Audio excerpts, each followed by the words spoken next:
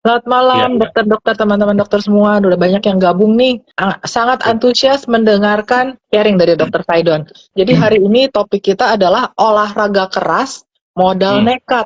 Nah, Siap-siap, tabungan, habis buat berobat. Kayaknya kontroversi ya dok. Kan olahraga sehat, kenapa tabungannya habis gitu loh dok? Bisa dokter cerita nggak? ya, jadi banyak orang ketika berolahraga kan berpikir olahraga pasti sehat karena sudah tertanam di kepala kita ya, yang namanya olahraga itu memang membantu menyehatkan badan. Ya, Tapi yang dimengerti adalah tubuh kita kan seperti mesin biologi ya. ya. Nah, mesin biologi kan berarti punya karakter anggap aja sama seperti mesin mobil. Oke. Artinya apa?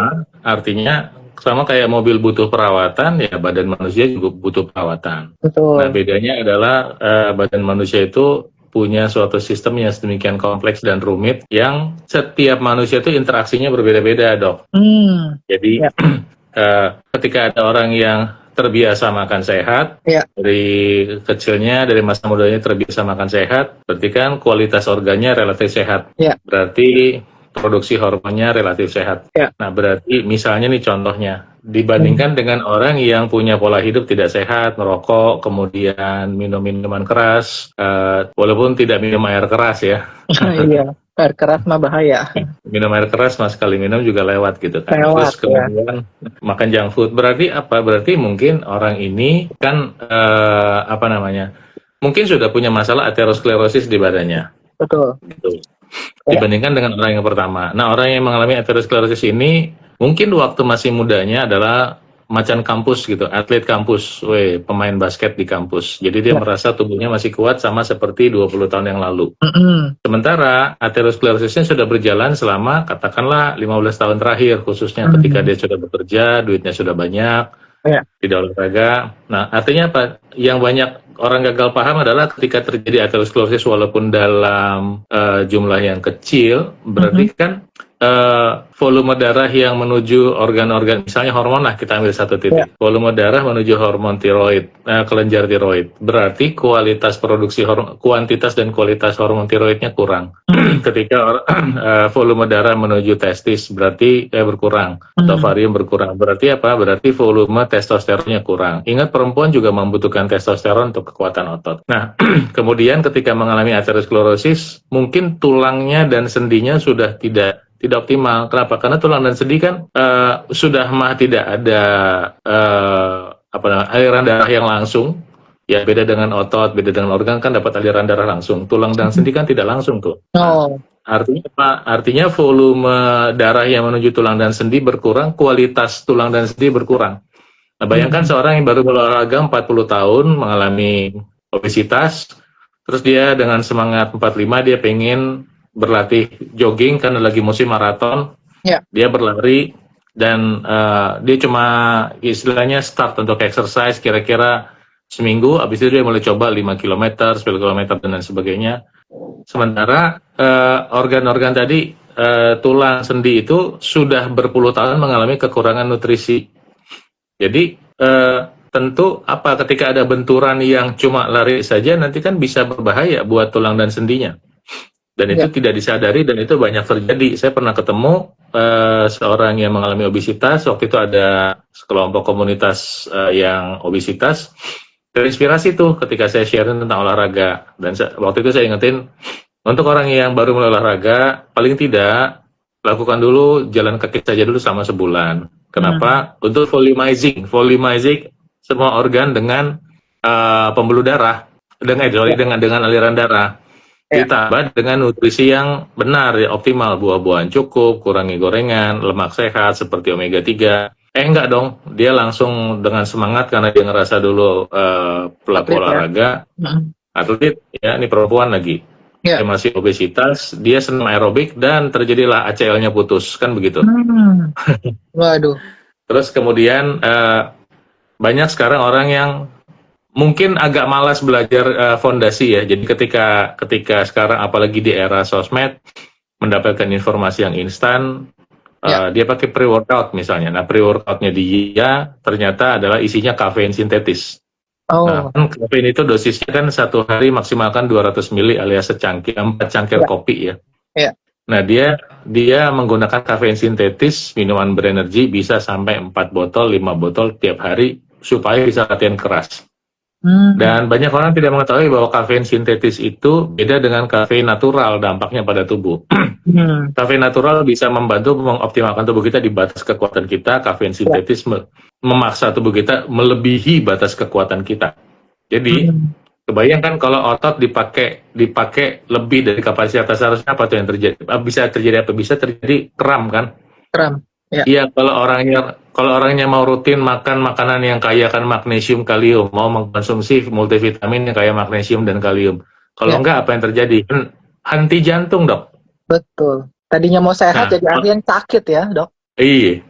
Terus kemudian karena kadang-kadang juga nggak memahami filosofi olahraga, sekarang lagi musim olahraga tertentu, ya misalnya namanya CrossFit, High Rocks. Terus kemudian dia quote unquote dia selama ini latihan gitu kan, tapi makanya mungkin tidak optimal, tidak mau periksa, dan dia pengen optimal, pengen six pack misalnya begitu, dan dia latihan seminggu 5 hari 6 hari. Sementara itu kan latihan High Rocks. High Rocks itu kombinasi antara high intensity cardiovascular dan weightlifting ya, gerakan-gerakan weightlifting. High Rocks dan CrossFit itunya agak berbeda, jenis gerakannya agak berbeda. Apa yang terjadi? Dia memaksa tubuh melebihi kapasitasnya. Kan kalau latihan intensitas tinggi itu kan tubuh memaksa menggunakan sumber energi selain glikogen kan. Nah, artinya apa yang terjadi? Tubuh meningkatkan hormon kortisol, memecah lemak dan memecah protein untuk kebutuhan akan energi. Karena untuk meregenerasi ATP dari glikogen itu kan butuh waktu. Nah, sementara latihan intensitas tinggi ini latihan intensitas tinggi ini itu kadang-kadang intensitasnya tinggi, kemudian durasinya panjang, bisa 1,5 jam gitu kan. 1 jam, 1,5 jam, bahkan 2 jam. Apa yang terjadi? Rhabdomyolysis alias protein otot terpecah. Oke, sekali 2 kali nggak apa-apa. Tapi ketika dia melakukan latihan setahun, rhabdomyolysis ini memicu gagal ginjal. Oh iya, gitu. Bahaya ya. Bukan bahaya lagi, Bos. Bahaya banget, iya. Kita kalau mobil rusak underkill bisa beli yang ori. Kalau ginjal rusak gimana caranya? Nggak ada yang ori. Nggak bisa beli lagi ya, habis gitu. Iya, Dok Grace kalau mau kecuali ada orang yang berbaik hati kemudian ginjalnya kompatibel, bisa minta dari orang lain gitu. Iya. Tapi kalau mau beli tas ori, mau beli Louis Vuitton yang ori gitu, gampang. Bisa selama punya duit bisa. Tapi kalau ginjal mau beli yang ori gimana caranya? Iya. Nah, kadang-kadang orang tidak mau berhitung seperti itu dan belajar fundamental. Memang fondasi itu di mana-mana tuh capek ya. Lebih lama. Satu bangunan itu membutuhkan waktu 2/3 dari total waktu bangunan untuk membangun fondasi. Ketika fondasi yang jadi, sepertiga bangunan itu bisa jadi dalam waktu sepertiga waktu saja. Demikian tubuh manusia, kalau kita punya fondasinya benar, sepertinya di bawah olahraga keras boleh-boleh aja kok, nggak ada masalah. Buktinya ada orang bisa lari maraton pada usia 90 tahun, 100 tahun, ada gitu. Betul, itu dia. Ada. Tapi kan kita tidak mau belajar dari orang itu. Dia ngapain aja itu kakek-kakek itu nenek-nenek kan begitu. Daily aktivitasnya seperti apa, pola makannya seperti apa. Orang-orang yang udah umurnya 80 90 itu biasanya makanan pokoknya tuh buah-buahan. Karbonya kompleks. Kemudian mereka hidup relatif stress free, nggak tergila-gila gadget kan begitu. Jam 8 malam udah tidur, jam 4 pagi udah bangun. Nah, kira-kira itu deh intronya, Dok Grace. Iya, thank you ya. Ini juga kita baru-baru ini ya, mungkin beberapa minggu yang lalu lah ya, mendengar ada kasus yang pelari maraton itu juga ya, Dok ya, yang akhirnya meninggal dunia. Jadi makanya kita pilih topik ini karena memberikan informasi kepada semua pemirsa lah ya yang mengikuti IG gitu ya, melihat IG PDUI official ini. Ilmu yang tepat ya kalau mau berolahraga yang baik gitu ya. Jadi artinya olahraga yang keras atau yang olahraga keras itu selalu lebih baik dibanding olahraga ringan atau sedang atau gimana, Dok? Sebetulnya enggak ya. Jadi untuk menentukan keras tidaknya suatu olahraga kan kata kuncinya kan intensitas latihan. Nah, intensitas itu kan dilihat para ahli olahraga melihat dari kapasitas jantung kan. Kemudian juga kita pertimbangkan durasi latihan sama frekuensi latihan dalam seminggu. Ya. Nah, ketika orang pingin meningkatkan quality of exercise dan dia merasa nyaman dengan itu, Ya. maka olahraga keras bisa bermanfaat. Tapi apakah olahraga keras selalu bermanfaat? Tidak juga, ya. Benar bahwa itu bisa meningkatkan hasil latihan, itu benar. Tapi sistem tubuh manusia kan membutuhkan lebih dari sekedar olahraga keras, ya. Dia juga membutuhkan recovery. Terus kemudian juga perlu ngerti namanya menyesuaikan aktivitas olahraga dengan kemampuan dia menyediakan makanan dan kemampuan dia untuk mengatur waktu sehubungan dengan kegiatan sehari-hari. Ya, misalnya dia mau olahraga kerasnya di weekend, ya di hari Sabtu, Senin sampai Jumatnya dia olahraga ringan. Nah, itu oke gitu. Tapi kalau ada orang yang cukup nekat, dan saya sering ketemu, satu minggu bisa latihan high intensity interval training, crossfit, misalnya satu minggu 4 sampai 5 kali seminggu. Iya, gila. Gitu. Nggak ada restnya. Tubuhnya nggak dikasih istirahat, Nggak dikasih istirahat. Sementara itu bukan latihan, bukan. Kenapa? Ini sambil kita jawab pertanyaan nih dari dokter Imelda sama Pak Sony nih. Jadi ini nyambung sama tadi pembahasannya. Jadi sebaiknya gimana dok kita kalau baru mulai olahraga? Sama dok mau ingin tanya kalau olahraga siang hari bagus nggak ya gitu? Oke. Kalian aja kita jawab. Kalau saya mau mulai berolahraga itu, saya startnya nomor 1 adalah dimulai dari mindset, Dok Grace. Oke. Mindset itu supaya kita punya perilaku. Artinya apa? Olahraga yang bagus, yang optimal, kalau tidak dibarengi dengan pengetahuan akan makanan yang sehat, kemudian pemulihan, kemudian recovery, dan nanti muskuloskeletal recovery dan lain sebagainya, itu nanti kita bisa menemui masalah. Sedang yang sudah tahu aja masih bisa ketemu masalah. Saya olahraga rutin 5-6 hari seminggu, udah meticulous lah, udah agak detail gitu. Kalau mikir, tetap aja kaki saya bisa kena masalah ankle sprain gitu. Padahal nggak ada benturan gitu ya. Jadi kalau memulai untuk orang yang pertama kali pengen olahraga, ya saran saya startnya dengan aktivitas kardio, khususnya jalan kaki dan atau sepeda statis. Mulai dari sini, ya. 15-20 menit setiap hari selama 5-6 hari seminggu. Kenapa dimulai dengan ini? Ini akan membantu untuk membuka dulu semua pembuluh darah kita. Untuk menghantarkan nutrisi ke semua organ, termasuk organ dalam yang memproduksi hormon, termasuk otot, termasuk tulang. Opung juga dioptimalkan badannya, bukan hanya tulang ya. Amang Boru, Bapak Uda, Bapak Tua. Itu orang Batak itu. Orang Batak, iya. Ya, jadi dimulai dengan aktivitas kardiovaskuler. Dan ini boring. Tapi ini sangat penting. Ini selalu saya ingatkan kepada pasien-pasien, klien, teman sejawat yang baru mulai olahraga. Saya ingatkan untuk startnya dengan aktivitas cardiovascular activity. Kemudian next step adalah mulai belajar muscle movement untuk weight training. Muscle movement itu adalah misalnya kita mengerti otot yang dipakai buat berolahraga kan otot alat gerak ya. Alat gerak itu kalau pinggang ke atas misalnya otot dada, bahu, punggung, lengan atas, lengan bawah. Kemudian perut, pinggang. Kemudian di bawah pinggang itu ada paha depan, paha belakang, betis, dan otot-otot tibialis. Nah, itu harus mau tahu otot itu dan harus mau tahu belajar melatihnya. Latih misalnya tanpa beban dulu, hanya merupakan latihan dengan beban tubuh saja. Misalnya untuk squat, namanya air squat, hanya berdiri jongkok. Nah, kemudian itu untuk paha depan, untuk paha belakang, kita lakukan latihan kickback. Aduh sayang kita nggak bisa demonstrasi ya. Mungkin nanti di PDUI kita bisa demonstrasi ya dok ya. Betul. Bagi dokter-dokter yang belum mendaftarkan PDUI, ayo daftar. Ada dokter Faidon nih. Wis, langsung promo dia. Promo dong, langsung. Kita langsung belajar dari ahlinya, langsung ketemu. Nah, saya mungkin lebih kepada pelaku. Pelaku garis keras. Nah, kemudian fundamental dari olahraga kan aktivitas kardiovaskuler, weight training, sama stretching. Jadi 3 ini harus tahu. Ya, harus tahu, dilakukan pelan-pelan, dan nanti kalau kita mau berkembang, boleh-boleh saja. Tapi selama fundamentalnya belum dijalanin, sebaiknya jangan nekat dulu masuk ke aktivitas olahraga yang lain. Gitu. Karena nanti kan kita, kenapa? Olahraga siang nih dok, boleh nggak? Bagus nggak? Boleh, boleh saja, boleh saja, boleh. Tapi gini, saya kan kebetulan membantu teman saya namanya Coach Lukman untuk atlet angkat besi ya. Saya membantu Ya. beliau dari Olimpiade 2004 sampai 2024 kemarin di Thailand. Saya membantu beliau di 5 Olimpiade. Jadi apa yang saya dapat dari pengalaman membantu beliau, saya membantu conditioning ya, musculoskeletal recovery sama nutrisi, adalah bahwa olahraga itu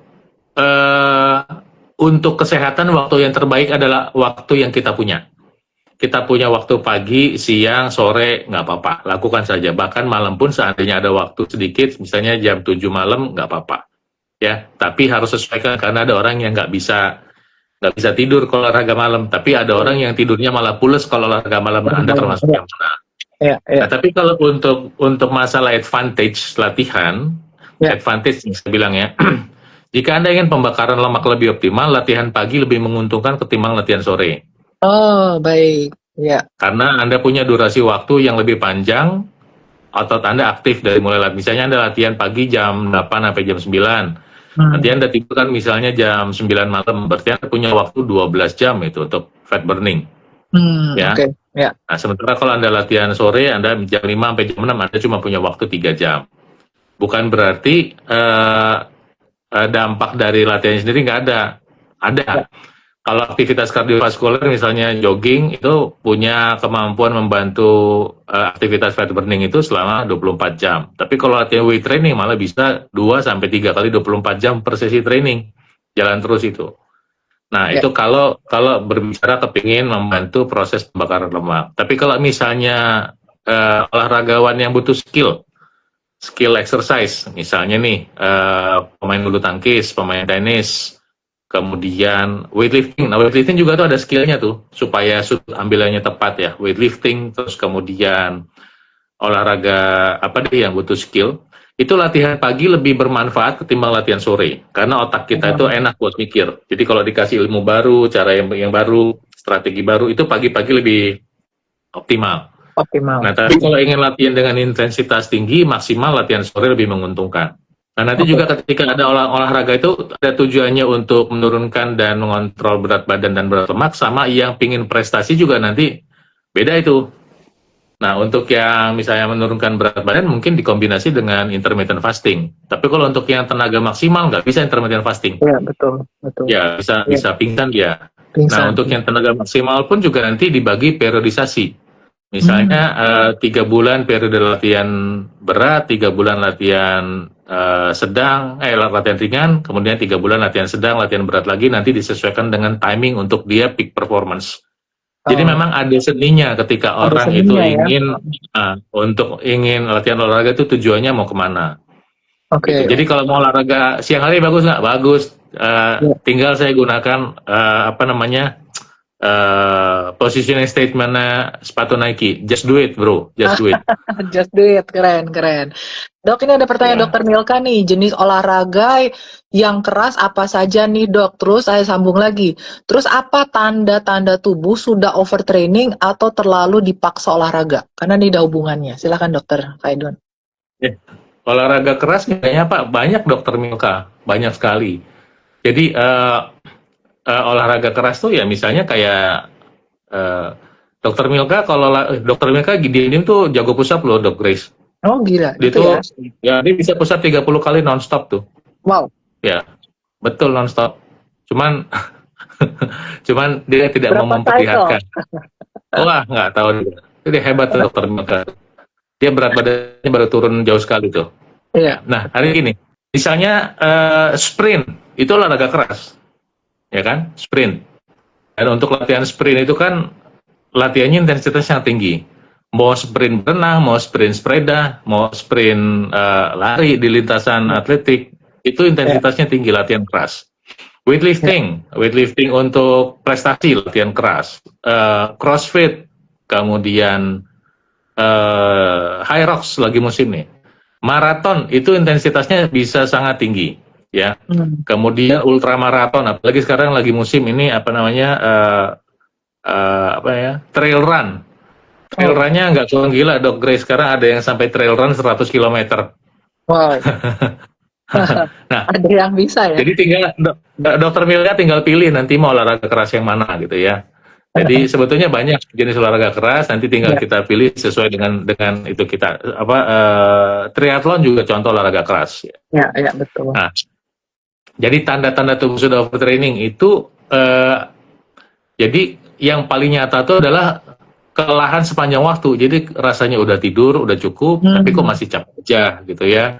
Ya. Terus ada nyeri otot yang menetap gitu. Jadi Hmm. bukan sakit tapi nyeri, kalau dipakai tuh nggak enak gitu misalnya. Enak. Dan kemudian rasanya makan sudah cukup, rasanya istirahat sudah cukup, tapi performance-nya menurun tajam. Jadi misalnya dia bisa squat rata-rata 200 kilo, ini kok cuma 160 kilo, 170 kilo gitu, jauh sekali gitu. Nah, badan juga gampang flu, ya, gampang Oke. flu, ya. Imunitas turun ya dok Kemudian artinya? imunitas turun. Turun. Kemudian siklus menstruasi pada perempuan bisa terganggu, ya. Terganggu. Oh ya. Dan tentunya berpengaruh pada mental ya, jadi emosional tuh. Jadi Ya. bawanya marah atau malah depresi, ya. Terus kemudian pikirannya tuh tegang terus, ya. Brain fog ya Merasa dok? cemas, gampang tersinggung. Misalnya Dok Grace tanya, Dok Grace minta nomor rekeningnya, ntar saya mau transfer nih. Apa transfer? Emangnya saya cewek apaan gitu? Padahal mau daftar gitu, Baper mau ya. daftar Baper. mau daftar PDUI, tapi Dokter Grace karena ngelihat saya tuh mungkin kenapa jadi kesel gitu ya. Nah, itu contoh ya.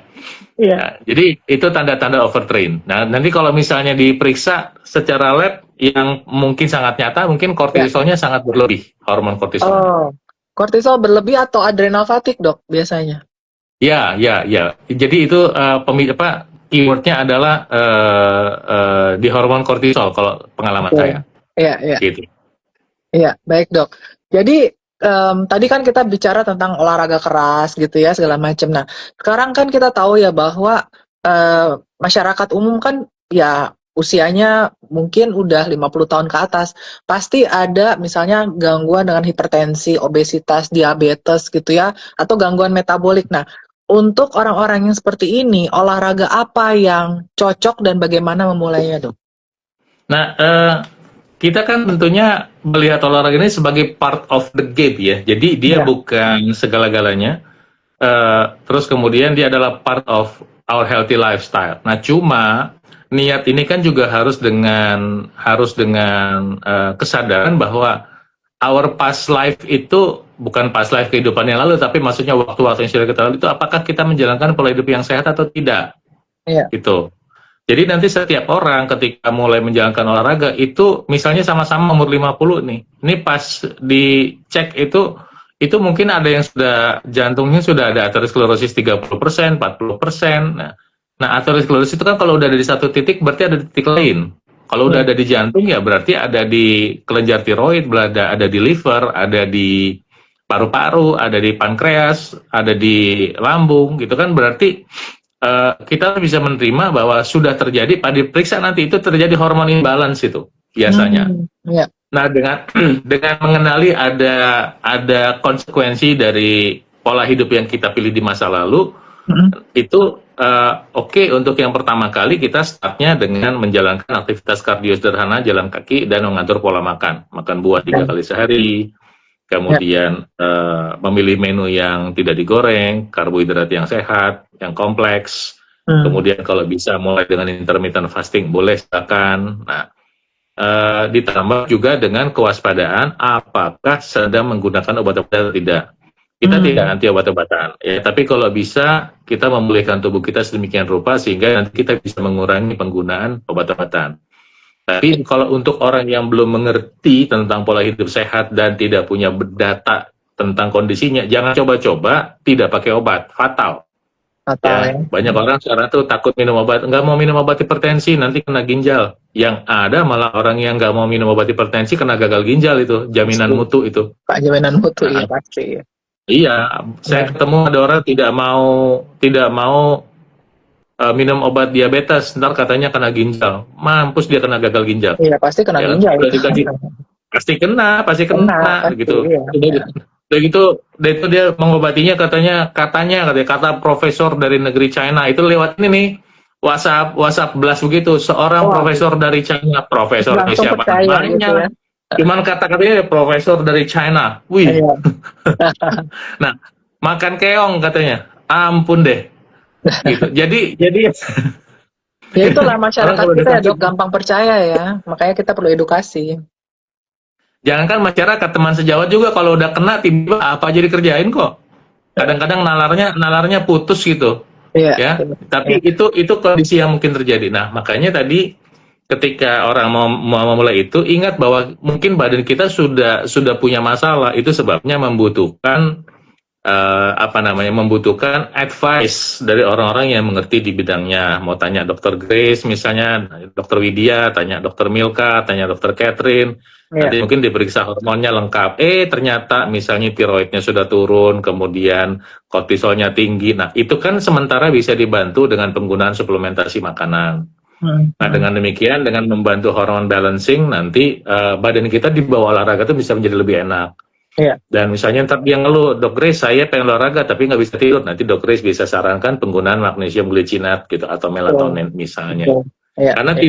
tidur itu malam hari itu sama pentingnya dengan latihan itu sendiri, Dok Grace. Ini masih banyak yang melewati.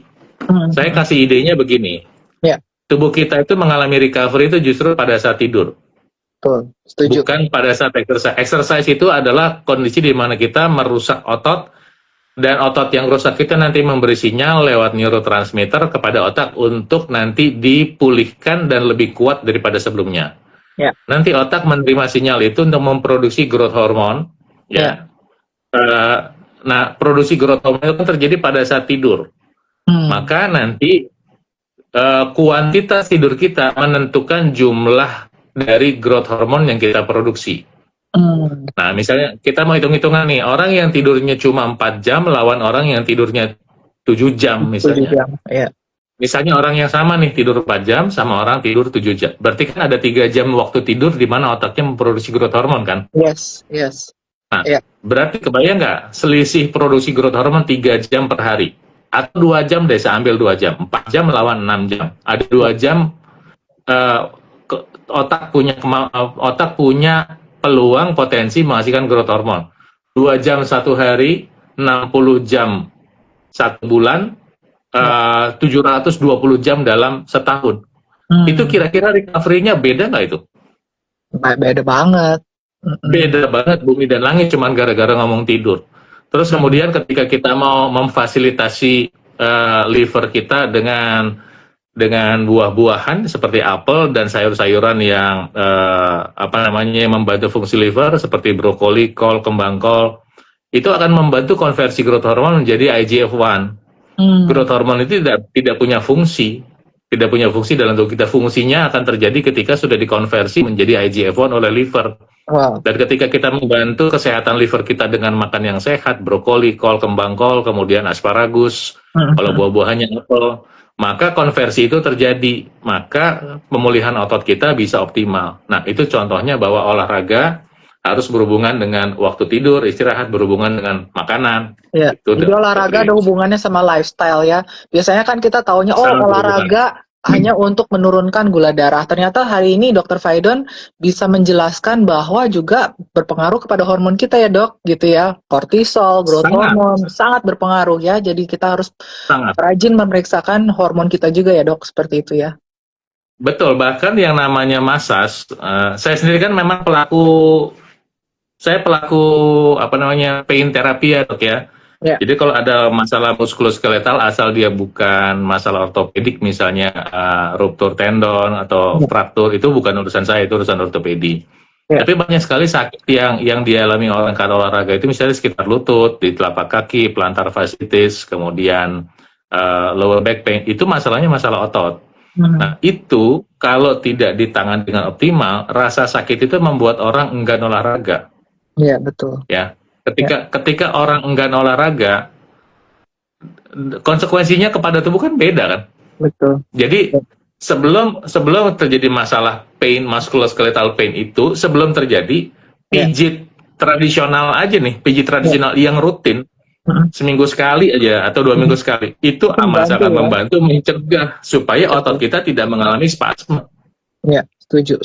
Di komplotan kita kan ada tuh manusia yang paling hobi dipijit ya. Kenal kan ya dokter ya? Ada, kenal. Nggak usah sebut Nah, nama ya namanya dok, diam aja. nggak usah sebut nama. Ibu ketu. Oh, Itu gitu ya. kalau bisa pijit ya, kalau bisa pijit sehari 2 kali tuh orang. Oh gitu, iya. Tapi itu kan ternyata membantu hormonnya optimal kan gitu. Betul, jadi makanya tetap fresh ya, hormonnya bagus ya, karena rajin pijit gitu ya dok. Betul. Iya. Itu bukan sekedar enak-enak, itu kami yang di bidang olahraga itu memang sudah melihat itu, Dok Grace. Jadi kalau pelaku olahraga apalagi sampai kami bermain di level Olimpik, itu satu orang itu minimal seminggu bahkan bisa 2 kali mengalami terapi sport massage. Oh iya, memang Jadi kalau di setiap tim itu ada yang massage itu ya, khususnya ya. betul. Ya, fisioterapi lah. Massage buat prevention, beda dengan massage buat terapi kan. Betul. Nah, kenapa? Karena kalau ada spasme kecil, spasme otot kan misalnya kontraksi gitu ya. Ya. Kontraksi, habis itu relaksasi. Sekarang kalau tidak dimasas, nanti dia tetap kontraksi di dalam, tidak sakit. Ototnya tetap dalam kondisi relaksasi, ototnya tidak sakit, tapi pada saat dipakai, tenaganya nggak keluar. Oke. Dok, ini ada pertanyaan menarik nih dok, sorry. Dokter udah selesai belum? Mau dijelasin lagi? Udah. Ya. Ini dari dokter atau Ibu Felicia. Dok, olahraga yang cocok untuk yang ingin turut berat badan dengan riwayat talasemia minor sehingga kondisi sering anemia. Baiknya olahraga apa dok? Gitu. Talasemia minor nih dok. Banyak pertanyaan loh, menarik hari ini. Silakan dok. Tangan semua berarti ya? Talasemia minor. Ya, sebetulnya kalau udah punya masalah begitu akan lebih baik kalau kita periksa lab dulu semuanya. Ya. Dan misalnya talasemia minornya udah berapa lama, ya kan? Terus kemudian causanya apa, gitu kan? Nanti baru setelah itu kita membuat program kalau kita membantu mengurangi kondisinya. Misalnya salah satu yang apa namanya? Kan nanti kalau teoritis, mohon maaf nih kalau saya salah nih. Jadi memang ada masalah genetik kan kalau talasemia minor tuh kan. Nanti pada saat dia pembentukan hemoglobin tuh ada gangguan di rantai hemoglobinnya lah gitu. Saya lupa namanya, ada yang alfa, ada yang beta. Nah ini kan merupakan bawaan lahir nih, ya. Bawaan lahir, jadi penderitanya sering disebut punya sifat carrier dan seumur hidup gitu. Nah nanti tentu kita butuh ilmu yang namanya tes dan ukur selain tes lab gitu. Nanti kita misalnya kalau untuk membantu produksi sel darah merah, kata kuncinya adalah ginjal yang sehat kan begitu. Artinya kita mungkin tidak bisa mengoptimalkan fungsi produksi hormon eritropoietinnya, tapi paling tidak nih jangan memperberat kerja ginjal. Kalau saya ke sana yang punya masalah dengan gitu. Artinya misalnya orang-orang yang makan sosis, kalau untuk penderita masalah ini makan itu saya pasti suruh lebih ketat. Misalnya yang namanya makanan olahan itu udah coret betul tuh. Nggak boleh. Betul. Ya, karena itu sangat memperberat kerja ginjal. Burger, nugget, sosis, itu sudah tidak boleh. Ya. Terus kemudian kalau bisa nanti misalnya menambah nutrisi dari makanan alami, misalnya kita bisa tambahkan penggunaan beet dalam jus buah-buahan, smoothie buah-buahan sedikit, karena beet itu secara molekular dalam tubuh manusia itu dikenali sebagai sel darah merah. Gitu. Nah itu contohnya. Nah olahraganya nanti start slow, go slow lah. Artinya mulai dengan tadi yang kita mulai di awal jalan kaki dan weight training yang mungkin hanya berat badan, lakukan itu. Nanti lihat responsnya. Kalau ternyata bisa optimal, nanti boleh coba olahraga lebih berat. Tapi kalau ternyata coba olahraga lebih berat dan optimal, yang standar aja. Terima kenyataan, tapi yang pasti kan badan bisa lebih sehat. Iya, baik gitu, dok. Thank you Dr. Faidon. Ada pertanyaan dari Dr. Rehana. Kira-kira kapan seseorang harus menghentikan olahraga keras dan mencari pertolongan medis dok? Ada sambungan lagi, apakah langsung berhenti atau bagaimana dok? Dr. Rehana, silakan dok. Maksudnya pada saat sedang olahraga atau setelah kecapean nih begitu. Misalnya udah lagi sudah selesai olahraganya di rumah kayaknya badannya kelelahan gitu ya. Kalau memang terasanya sudah seperti itu, kelelahan gitu. Udah latihan berapa kali badannya mengalami gejala overtraining seperti yang kita bilang tadi, kita sampaikan tadi. Ya memang sebaiknya berhenti ya. Berhenti dulu beberapa hari. boleh tanya teman sejawat ya, kalau memang Anda kebetulan seorang dokter, eh, datang nih ke komplotannya functional medicine misalkan begitu, mau sama dokter Grace boleh, sama dokter Catherine boleh kan gitu, ntar tanya sama dokter Widya boleh, nanti periksa hormon lengkap, nanti dianalisa, ternyata misalnya kortisolnya sudah sangat tinggi, ternyata testosteronnya sangat rendah, tiroidnya turun, nah, nanti kan mungkin dibantu dengan memberikan nutrisi untuk terapi hormon. Nah, kemudian juga untuk membantu terapi nutrisi untuk syaraf misalnya, karena udah pasti kalau orang sudah punya masalah overtraining itu ada juga dia mengalami selain muscular fatigue juga namanya neural fatigue. Nanti mungkin bisa ditambah vitamin B kompleks khusus yang mungkin beda sama B kompleks yang lain, yang namanya ikatannya punya ikatan kelasi, ya kelasi ya, yang bisa lebih mudah terserap. Selain mungkin ada tambahan saraf khusus, vitamin buat saraf khusus yang memang dibutuhkan buat pemulihan gitu.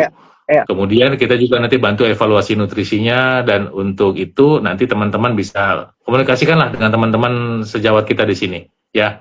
Jangan diterusin kalau udah kerasanya tadi masuk ke gejala overtrain tadi yang kita sampaikan. Badannya kelelahan, siklus menstruasi sudah tidak teratur, ya, bagi yang masih mens. Kemudian udah istirahat cukup, tenaganya nggak maksimal, kemudian ototnya pegel-pegel, itu salah satu gejala overtraining. Itu jangan diterusin kalau udah punya masalah begitu. Itu bisa fatal. Terima kasih dok. Nah ini pertanyaan lagi dari dokter Milka. Dok, boleh nanya lagi nggak? Kalau misalnya udah diet, udah olahraga cukup, udah jaga makan, tetapi tidak kurus-kurus, itu salahnya di mana ya dok? Boleh. Dokter Milka turunnya udah banyak dok. Kurus itu, berhasil turun berat badan, keren itu. Iya, tapi, nah itulah, bedakan fat loss dengan weight loss ya, Bu Dokter. Setuju. Nah, kalau misalnya hanya mengandalkan menahan nafsu makan, mungkin sekarang kan lagi tren tuh penggunaan GLP-1 tuh, menggunakan peptide untuk kontrol nafsu makan. Nah, ya kan? Nah, mau pakai apa? Anda mau pakai yang GLP-1 yang apa namanya? Ozempic lah ya, gitu-gitu ya. Jangan sebut merek dong. Semaglutide. Semaglutide, tirzepatide ya. Nah, kalau seandainya mau menggunakan itu boleh, tapi teman kita Dr. Milka, kalau bisa pola makannya quote-unquote kayak bodybuilders, dan kemudian ada latihan seperti yang dikerjakan bodybuilders. Karena bodybuilders itu adalah orang-orang yang memang fokus sekali pada yang namanya fat loss, bukan weight loss. Nah, banyak orang menggunakan dari dulu kan memang di kalangan ahli gizi kan memang kontrol nafsu makan dengan obat-obatan itu kan merupakan salah satu kata kunci kan, bahkan sering dibantu dengan hipnotis begitu. Nah, tapi ingat itu seringkali hanya berdampak pada weight loss, termasuk orang yang melakukan diet dengan cara menggunakan meal replacement powder MRP. Jadi ada ini makanan lengkap, ganti makan malamnya dengan makanan ini. Demikian kata suplemen A, suplemen B, suplemen C. Nah, artinya apa? Yang hilang itu dari tubuh kita tuh adalah glikogen. Ingat, 1 gram glikogen itu mengikat 3 gram air. Jadi kalau misalnya dalam tubuh kita kehilangan setengah kilogram glikogen, ya, artinya nanti yang turun itu adalah 2 kilo dari itu berat badan kita hilang 2 kilo. Ya, kenapa? Karena asupan karbohidrat kita kurang. 2 kilo glikogen ditambah dengan sekitar 2 kilo otot tempat nempelnya glikogen. Jadi berat badan kita seolah-olah turunnya 4 kilo. Nah, ditambah lemaknya mungkin ada yang berkurang 2 kilo. Jadi sepertinya turun 6 kilo sepertinya, ya. Tapi belum tentu lemaknya turun sebanyak itu. Bisa jadi lemaknya turunnya cuma sedikit, setengah kilo aja kalau nggak dibawa olahraga. Ya, jadi yang hilang kan airnya. Nah, yang terjadi adalah misalnya si yang punya masalah ini perempuan. Jadi tadinya dia adalah big fat lady jadi little fat lady gitu. Jadi sebetulnya lemaknya nggak berkurang, tapi badannya. Ya, nah kemudian kondisi orang yang hanya mengandalkan nahan nafsu makan dan glikogen kurang, itu otak manusia itu kan kekurangan hormon serotonin tuh, hormon feel good. Nah, satu saat kan biasanya dia tuh pengen kasih hadiah tuh sama dirinya sendiri, gue makan donat deh sekali-sekali gitu ya. Ya. atau makan cake atau cheesecake atau apa. Nah, Ya. gula yang tinggi sekali ya itu akan spike di otak dan itu akan memicu produksi hormon serotonin. Nah, begitu hormon ini keluar, ya. itu kan feel good tuh. Feel good, ya. Nah, tapi ketika yang kita masuk misalnya minuman manis atau makanan manis itu kue, dia gulanya cepat naik dan Cepat otak kita kan turun. selalu sensor kalau gula cepat naik, otak kita kan tidak suka kadar gula darah tinggi, dia akan segera diturunin. Ya. Ketika diturunin, yang terjadi apa? Otak kita sakau. Sakau pengen lagi, makanya orang yang diet hanya mengandalkan itu, dia akan cari lagi karbo lagi, habis makan cake cari bakso, habis itu cari somai, habis itu cari roti. Berat badannya hilang, ntar bisa naik lagi. Nah, makanya kalau saya saat ini kan ada teman-teman atau ada pasien atau klien yang sedang menggunakan peptide untuk membantu menurunkan berat badan, saya selalu sarankan itu hanya bagian dari tools untuk membantu mengontrol pilihan makanan. Ya, sementara olahraganya tidak boleh diubah dan tidak boleh tidak olahraga. Begitu tidak olahraga, yang hilang tuh massa otot. Begitu massa otot hilang, itu nanti badan kita tuh ntar suatu saat keringat dingin, gampang, metabolisme kita turun. Ya. Dan ini akan memicu nanti suatu saat kita berhenti olahraga atau program atau produknya itu sudah selesai kita konsumsi, ya, terpicu naik lagi, gitu. Ya, jadi ntar program lainnya memang harus diusahakan ya lebih optimal gitu. Ya gitu ya, Ibu Milka, mudah-mudahan. Nah, kalau misalnya ketemu titik pentok, tambahkan olahraganya, tambahkan konsumsi proteinnya. Karena protein itu kan olahraga khususnya weight training. Nah, protein itu nanti akan membantu meningkatkan massa otot. Nah, ketika massa otot meningkat itu basal metabolic rate-nya naik. Gitu. Tapi emang kalau orang yang sudah turun berat badan sampai 12 kilo itu lebih sulit nurunin 1 kilo 2 kilo lagi. Memang itu perjuangannya ada di situ. Jadi jangan kecil hati. Kalau sudah turun cukup banyak, pelan-pelan ya. Jangan dipaksa lagi, biarin aja dia turun natural. Kalau kata saya. Ya. Setuju, Dok. Ada pertanyaan berikutnya, Dok, dari Ibu Desi. Dok, untuk pasien dengan gangguan lumbal 4-6 untuk orang tua usia 80 tahun, baiknya olahraganya apa, Dok? Nah, itu tadi gangguan lumbal itu saya sering ketemui, saya sering bantu. Sebetulnya masalahnya seringkali di otot di sebelah spine. Jadi otot-otot erector spinae itu mengalami spasme yang sebetulnya bisa kita bantu atasi dengan terapi yang namanya kombinasi antara sport massage dan dry needle, itu yang saya kerjakan. Nah, biasanya juga karena ini ada yang namanya fascia ya dan berhubungan, nanti otot itu sebetulnya bukan hanya di situ sumber spasmenya, dia berhubungan dengan sampai ke hamstring, kemudian ke otot-otot tibialis sampai ke pelantar. Jadi itu kalau mau diurut itu harus diselesaikan sampai bawah. Jadi kalau nggak diselesaikan itu masalahnya, kasihan. Karena banyak orang yang punya masalah low back pain seperti itu, betul ada kondisi HNP, hernia nucleus pulposus HNP, tapi sumber sakitnya belum tentu dari situ. Ya, karena banyak orang yang punya HNP tapi tidak sakit, dan banyak orang yang sakit tapi tidak ada HNP-nya.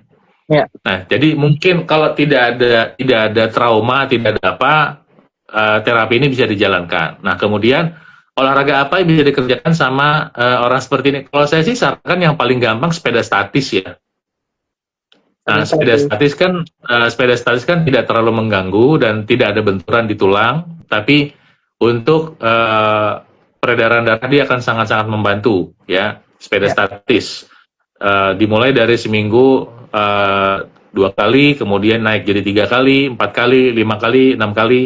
Diterusin, nggak apa-apa, nanti tubuh kita akan beradaptasi dengan catatan ketika olahraga, nutrisi yang dimakan itu cukup, bagus. Ya, kita pasti awal ya, Dok, ya, nutrisi ya. Ya, jadi olahraga itu sebetulnya nanti memfasilitasi distribusi nutrisi yang kita makan, baik makanan sehatnya maupun suplementasi makanannya. Ya. Nah, kemudian nanti dia harus mau belajar weight training, latihan beban, memang harus mau belajar pengkondisian untuk orang yang punya masalah pinggang, karena nanti dia akan lebih banyak latihannya duduk. Ya. Misalnya untuk beliau mungkin bisa dilatih yang untuk pinggang ke bawah, latihan paha depannya dengan namanya latihan leg extension Hmm. atau dengan latihan leg curl, dan untuk betisnya bisa latihan dengan jinjit dalam dia posisi berduduk gitu. Hmm. Nah, untuk bagian atasnya bisa latihan pull down untuk otot punggung, untuk otot dada bisa latihan chest press yang dalam posisi duduk gitu kan. Ya, chest Kalau press. yang pullnya pull down ya, kemudian untuk latihan deltoid mungkin bisa pakai latihan yang namanya lateral raise. Jadi tidak ada tekanan dari atas sampai bawah sehingga mengurangi potensi nyeri yang terjadi saat latihan. Itu contohnya. Ini sayang sekali saya hanya pakai kata-kata Narasi nih, ya dok, nggak bisa praktek ya pakai dok. narasi. Iya, iya. Iya. Jadi divisualisasi. Jadi mungkin saya mau tanya dok. Jadi kan ada pemahaman nih bahwa kalau kita mau bangun otot harus ada syaratnya. Tadi dokter Faidon mengatakan nutrisi. Terus yang kedua adalah tentu olahraga. Olahraga yang baik adalah fat burn, muscle gain kan. Tapi yang ketiga Nah, tuh tidur. Jadi istilahnya kalau dari tiga ini salah satu tidak dijalankan, kalau kita mau bangun otot itu istilahnya kurang optimal atau gagal. Setuju nggak dok? setuju, setuju. Karena apa namanya, kalau nggak dilakukan semuanya, ntar Mm-mm. kan badan kita berjalan dalam kondisi yang tidak harmoni kan. Iya. Ya, dan sementara itu fundamental dari sononya begitu. Dok Ji, saya sendiri sekarang ini lebih apa namanya? Kalau dulu masih muda kan, wah pengennya kan yang fancy kan, latihan tuh yang keren mungkin. Tapi makin kesini berumur gara-gara berumur juga. Jadi saya berpikir ke Tuhan Yang Maha Kuasa itu dulu mengkondisikan manusia itu seperti apa sih supaya hidup sehat gitu. Iya. Coba. Dan saya coba konsultasi sama orang-orang yang, kalau saya ketemu orang umur 80 plus ya, masih sehat, bugar, apalagi 90, masih bisa komunikasi, masih bisa kasih ide, masih bisa ngajar. Iya. Itu pasti saya tanya, lu ngapain aja kok bisa sampai begini? Biasanya ada 3 hal penting yang saya ketemuin dari mereka. Pertama, mereka sangat senang makan buah. Oke, Kedua, mereka rutin olahraga. Ketiga, tidur mereka cukup. Ini yang sama. itu dia. Yang lain Makan ceritanya buah dan beda, tapi protein yang nggak dok? tiga ini Atau buah sama. aja? Protein Apa? juga dok? Protein juga nggak dok? Nah, lucunya banyak di antara mereka tuh makan proteinnya itu sebenarnya sedikit sekali. Oh, buah Misalnya ya? makanya tempe, atau tempenya pagi 2 gitu. Nanti malam ikan setengah. Itu kan kalau hitung-hitungan nutrisi kan sedikit sekali tuh. Kurang, iya, iya, iya. Kurang banget gitu. Tapi sekarang kalau pakai teori kedokteran, ini orang malnutrisi, tapi di depan saya itu faktanya apa? Hidup gitu. Itu. Sehat Kalau lagi ya, hidupnya sehat. hidup sehat, bisa kerja 90 tahun, ya masih bisa nyanyi, jalan-jalan, lari-larian. Nah, terus teori nutrisi hancur semua. Kalau kalau keterkaitan itu nutrisinya sangat kurang, dia hidup gitu. Iya, iya, iya. Yes. Oke. Wisdomnya dari situ, Dok. Ya, oke. Dok, kemudian ini tinggal 5 menit lagi nih sebelum 1 jam kita udah ngobrol ya dok, tanpa terasa. Ya. Terima kasih dulu untuk pertanyaan-pertanyaannya, luar biasa. Dari tadi saya sudah bacakan, sudah dijawab Dr. Faidon. Artinya mungkin antusiasme tinggi, mungkin mesti diadain lagi ya. Kita ngobrol lagi sama Dr. Faidon ya, next time ya. Jadi pertanyaan saya nih dok, tentang high intensity interval training gitu kan. Nah, ini adalah pilihan olahraga yang baik nggak kalau kita mau membakar lemak? Karena kan ada dua tuh, high intensity interval training atau low intensity steady state gitu kan. Nah, apakah ini untuk lebih baik untuk membakar lemak atau untuk membangun otot nih dok? Ini kembali ke pilihan personal, Dok. Oke. Jadi begini, high intensity interval training itu sangat rewarding. Dan kalau kita suka melakukannya, kita itu bisa mendapatkan manfaat feel good-nya itu memang di atas rata-rata, fat burning-nya itu jauh lebih optimal. Tapi ada tapinya. Ini seperti pedang bermata dua. Kalau kita tidak bisa mengatur timing-nya, frekuensi latihan, recovery-nya, sangat mudah orang yang melakukan high intensity interval training mengalami yang namanya hitting the wall. Oke. Sangat mudah. Begitu hitting the wall, saya bukan sering lagi ketemu. Teman-teman saya yang latihnya dulu sangat keras, luar biasa. Gendut orangnya sekarang. Oh, kenapa? Gitu. Mental block. Mental block. Ketika satu saat dia pengen relax, dia memulai lagi di level yang tinggi itu, dia mulai lagi itu dia ngerasa pain, nyeri. Sementara kalau dia latihan yang intensitasnya rendah, dia nggak ngerasa nyaman. Jadi saya sering ketemu orang-orang yang jadi punya problem dengan dampak dari tidak mau mengatur high intensity interval training ini. Banyak teman-temanku yang begitu. Nah, jadi olahraga pun jadi males dia. Olahraga itu cuma seminggu sekali. Padahal dulunya highly competitive bodybuilders gitu, misalnya highly competitive CrossFit athlete gitu. Dia latihan CrossFit, wah mantap sekali sampai 1 tahun all out gitu. Satu saat dia habis ikut kompetisi, dia burn out sampai setahun nggak olahraga. Jadi harus dipikirin ada konsekuensinya. Jika kamu menyukai latihan high intensity interval training, coba tolong dikondisikan harus dikondisikan secara mental. Why? Sebab memang it feels good, Dok. Sangat enak. Sangat enak buat orang yang suka melakukan itu, sangat you feel like you high gitu. Kan kalau orang intensitas tinggi itu otak tuh ngeluarin endorfin ya. Iya. Endorfin kan di otak manusia kan sama dengan kayak orang pakai morfin kan. Jadi high gitu. Enak gitu. Gitu. Nah, itu mengontrol itu penting supaya nggak yang nanti kita mengalami mental block tadi, hitting the wall.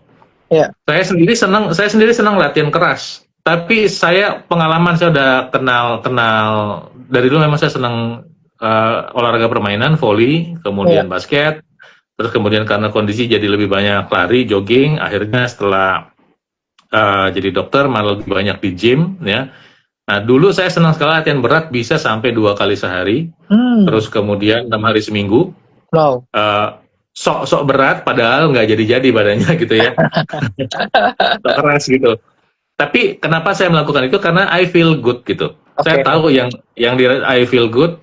Nah, dan saya mengalami yang namanya mental block itu bisa sampai sebulan nggak latihan, cuman olahraga jalan kaki doang gitu. Nah, COVID itu kemarin mengajarkan saya banyak hal. Ketika nggak bisa lagi latihan, keywordnya nomor 1, bergerak dulu.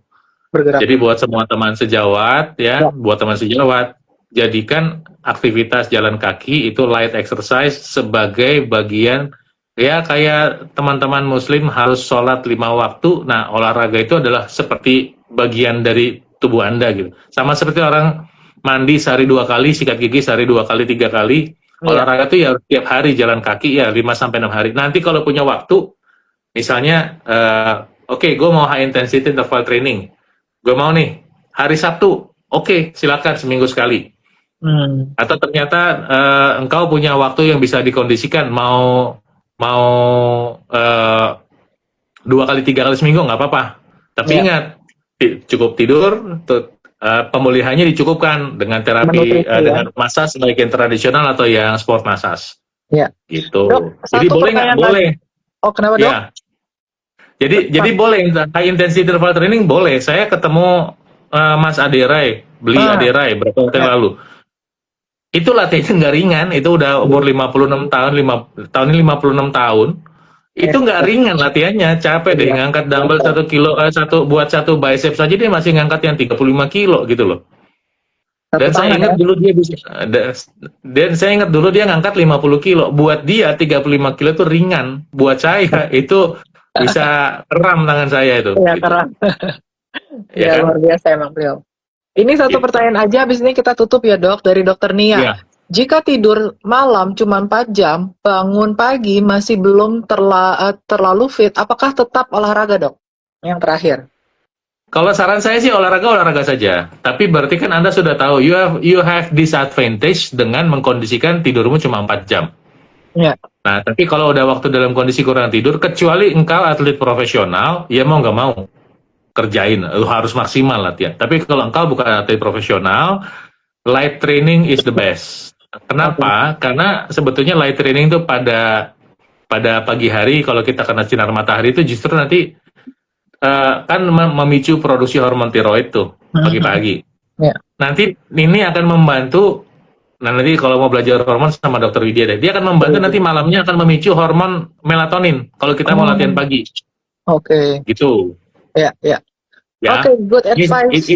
Satu lagi nih. Ini Dokter Mariani Shimizu. Oke. Silakan. Usia di atas 60 dengan masalah LBP bagaimana dengan renang? Bagus, tapi LBP-nya diterapi, Dok. Oh ya, Ya.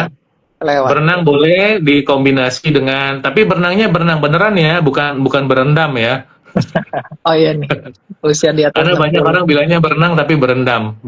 Jalan Berenang satu sama lap berendam 60 beda ya. meter tapi berendam. Ya, pakai target tetap, pakai target. Kalau Oke. olahraga air seperti senam di air boleh kali ya, Dok? Boleh, Itu boleh, boleh. bagus tuh. Itu langkah yang bagus. Misalnya cuma baru bisa jalan di atas air, boleh. Tapi beneran jalan di atas air, bukan di atas air, jalan di airnya. Misalnya kita sama seperti orang pasang target setengah jam, ya kita jalan di airnya setengah jam gitu kan. Ya. Jadi betul-betul badan kita dibawa bergerak. Demikian Dokter Mariani Simisu.